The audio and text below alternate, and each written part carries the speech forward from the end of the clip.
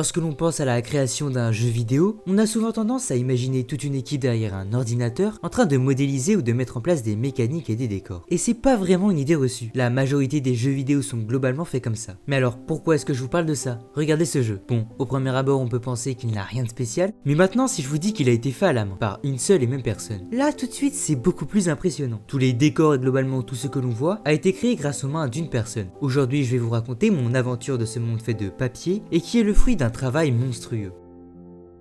Dans ce jeu, on a une sorte de parchemin, et il semblerait que nous soyons dans un cocon, mais alors que nous étions tranquillement en train de dormir, une luciole vient nous réveiller. Mais elle semble un peu désorientée. Il semblerait qu'elle essaye de trouver du réconfort en nous, mais alors qu'elle s'approche, une forme humanoïde noire apparaît et éteint toutes les lumières de la pièce. Sûrement choqué par ce qui vient de se passer, notre personnage perd connaissance. Et c'est ici que commence notre aventure. Ce qui vient de se passer est très étrange et il faut qu'on essaie de découvrir ce qui se passe. Bon, déjà la première étape c'est de sortir de cet endroit, et pour ça il faut allumer toutes les lumières qui ont été éteintes par l'antagoniste. Bon, au début on a juste à taper sur les lumières, mais il y a clairement des endroits qui sont pas accessibles. Mais je crois que la luciole a fait tomber quelque chose. On dirait que c'est des sortes de cocons, et je peux les lancer sur les lumières. Une fois qu'elles sont toutes allumées, je peux sortir. Et là je tombe sur une sorte de bête étrange, je lance un insecte au-dessus de lui, je le réveille en lui en lançant quelques-uns, et il le mange, ce qui me permet d'accéder à l'autre zone. Bon là je vois que je peux le déplacer, mais pour le moment ça va pas nous servir à grand chose. Il y a une sorte d'échelle, donc je monte, et je vois là aussi qu'il y a des lumières. Donc je vais voir quelqu'un qui est tranquillement assis vers la droite, donc je lui explique ce qui vient de se passer. Il mange un truc et ses paroles se transforment en bulles. On apprend alors que l'homme en noir, c'est un pyromane qui veut mettre le feu partout et que notre destinée c'est d'aller le tuer. Comme ça les gens vont trop nous aimer, youpi. Après tout ça, il nous donne de ce gâteau qui nous donne accès à une touche qui nous permet de jouer un petit mini-jeu bien sympa, et ça permet aussi de nous aider si on est bloqué. Là par exemple on apprend qu'il faut qu'on apporte le monstre bizarre vers la luciole pour qu'il puisse la manger. Et du coup c'est ce que je fais, je descends l'échelle, je pousse le monstre jusqu'à la salle du début et il a l'air de se régaler. Il devient tout lumineux et quelque chose apparaît sur lui. Ok, donc ça ressemble très clairement aux lumières qu'on a vues tout à l'heure, donc il faut qu'on éteigne les deux dernières. Donc j'y retourne, je les éteins, ce qui me donne accès à la zone de droite. Et dans cette zone on retombe sur l'homme en noir, qui nous montre bel et bien qu'il a le pouvoir de contrôler le feu. Ouais, c'est un peu flippant, on est littéralement un papier et lui, il peut nous cramer en un claquement de doigts. Mais bon, actuellement là je suis bloqué, parce que cette branche elle veut pas se dérouler. Donc je réfléchis un peu, et là je me dis que il y a justement un monstre qu'on peut pousser. Donc je vais reprendre le monstre dans la première zone du jeu, je le ramène ici, et bingo. Je me retrouve alors ici, avec ce qui semble être une sorte de soleil, mais un poisson sort de nulle part, et se met à le manger. Il se transforme en poisson de feu, faisant ainsi peur à tout le monde ici, sachant qu'en plus il fait tomber des sortes de météorites, donc la situation n'est pas prête de s'arranger. Il faut absolument qu'on trouve une solution. Et en tentant de fuir les météorites, je retombe sur le poisson, qui tient quelque chose, ou plutôt quelqu'un dans sa bouche, et il se retrouve enfermé. Mais ça c'est pas du goût de l'homme en noir, qui apparaît et essaie de casser cette boule. Pendant ce temps, on tombe sur quelque chose qui ressemble à ce qui était dans la bouche du poisson, et ça a attiré le monstre. C'est alors qu'on remarque que nous sommes sur la tête d'une baleine ou quelque chose comme ça, et elle nous avale. Bon, il fait vraiment noir ici, et à part une sorte de chat, j'ai rien avec moi. Je me dirige alors vers cet endroit et il y a un fruit. Les couleurs réapparaissent et je donne ce fruit au chat. Maintenant je peux en tirer partout et c'est plutôt stylé. Bon, par contre on a un autre problème, c'est qu'il semblerait qu'il faille qu'on accède à la porte de droite, mais très clairement on peut pas. Je vois aussi qu'il y a une bête dans l'eau, je décide donc de l'assommer. Je peux ensuite monter dessus, qui me permet d'accéder à la zone de gauche, où je trouve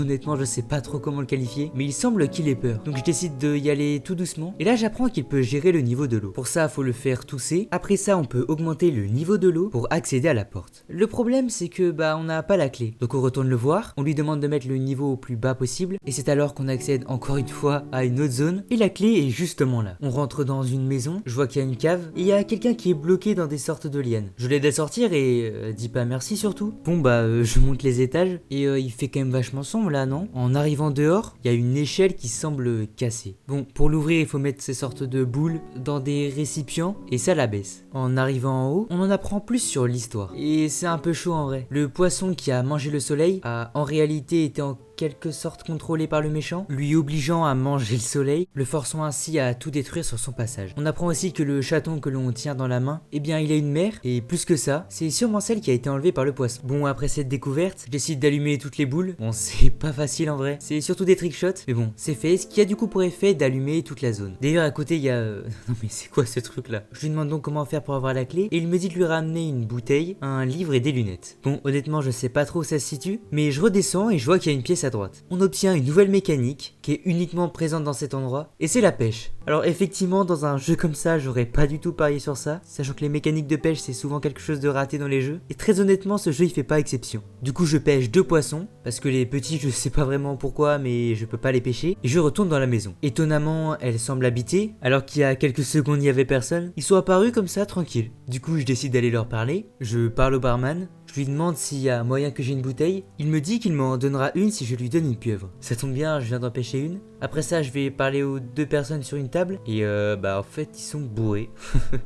Bon du coup je descends, et j'ai l'impression qu'il y a un libraire ou un peintre, je sais pas vraiment. Du coup je lui demande s'il peut me passer un livre. Il me dit qu'il veut bien m'en passer un contre un poisson. Là encore, hein, j'ai bien fait d'aller pêcher, je lui donne et il me passe le livre. Plus que les lunettes, et ça tombe bien parce que le fait que j'ai allumé la lumière, ça a débloqué une zone dans le sous-sol. Ce qui me permet d'accéder à une chambre, où il y a une petite énigme bien sympa. Globalement, il faut que je ferme les rideaux, ce qui fait apparaître une forme sur une sorte de tableau. Après, il faut que j'appuie sur ça dans un ordre précis, et bingo. Plus qu'à retourner voir le truc étrange, il me déverrouille l'accès, et maintenant je dirige le chat. L'objectif ici, c'est d'allumer toutes les lumières, ce qui va pouvoir me permettre d'accéder à l'endroit où il y a la clé, et une fois que je l'ai obtenu, je joue à Pac-Man et je peux ressortir. Après tout ça, on comprend mieux l'histoire du jeu. Une fois le poisson transformé en poisson de feu, il se dirigea vers la sorte de chat, et la mère du chaton que l'on tient se sacrifie pour sauver cet endroit en se transformant en quelque sorte en prison. Et donc c'est pour ça que le méchant ne devait pas être très content, parce que son arme principale est littéralement fermée, donc elle n'a plus aucune utilité. Bref, après tout ça, on peut enfin se rediriger vers la porte, l'ouvrir, et on arrive littéralement dans le conduit nasal de la baleine. L'objectif ici c'est de la faire éternuer, donc je lance une boule dans un de ses trous, ou là, ne pas ressortir de son contexte, et c'est bon. Mais tous nos problèmes ne sont pas réglés, puisqu'on tombe directement sur l'homme en noir, qui s'acharne encore sur la sorte de prison. Il se dirige dans une grotte, en fait sortir des sortes de poissons, et quant à nous, on va prendre une montgolfière pour tenter de le déloger. Bon, tout en se faisant harceler par ces poissons, très honnêtement, ils sont insupportables, j'ai énormément galéré à aller tout en haut, mais c'est bon. Une fois ça fait, je vois qu'il y a une cheminée, je me place au-dessus, ce qui a pour effet de faire grossir mon ballon, puis je la bouche avec un projectile et je vais boucher l'entrée avec mon ballon. Ce qui a pour conséquence d'asphyxier le méchant. Mais loin de se laisser abattre, il utilise ses pouvoirs pour tout faire exploser. Nous nous retrouvons donc sur le sol,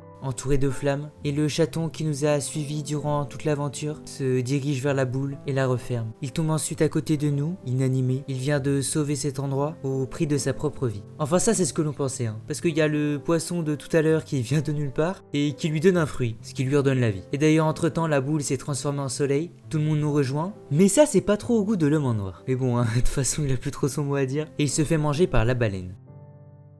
Bon, à vrai dire, j'ai lancé ce jeu principalement grâce à ses graphismes, et je m'attendais pas à avoir une histoire si élaborée. Je dis pas non plus qu'elle était incroyable, mais on sent que le jeu n'a pas été fait uniquement pour mettre en avant sa spécificité graphique. Même l'histoire a été réfléchie, elle se tient, alors il y a quelques trucs qui sont un peu étranges, mais en tout cas l'histoire et les graphismes sont très intéressants et sont même d'ailleurs très corrélés. On a littéralement un monde fait de papier qui est mis en danger par un pyromane. Il y a très clairement un rapport de force, et qui étonnamment se renverse vers la fin. Bref, ce jeu a été une très bonne surprise, que ce soit en termes de gameplay et bien évidemment des graphismes. Je vous invite à vous abonner, à liker, à commenter si cette vidéo vous a plu. Et moi je dis bye tout le monde.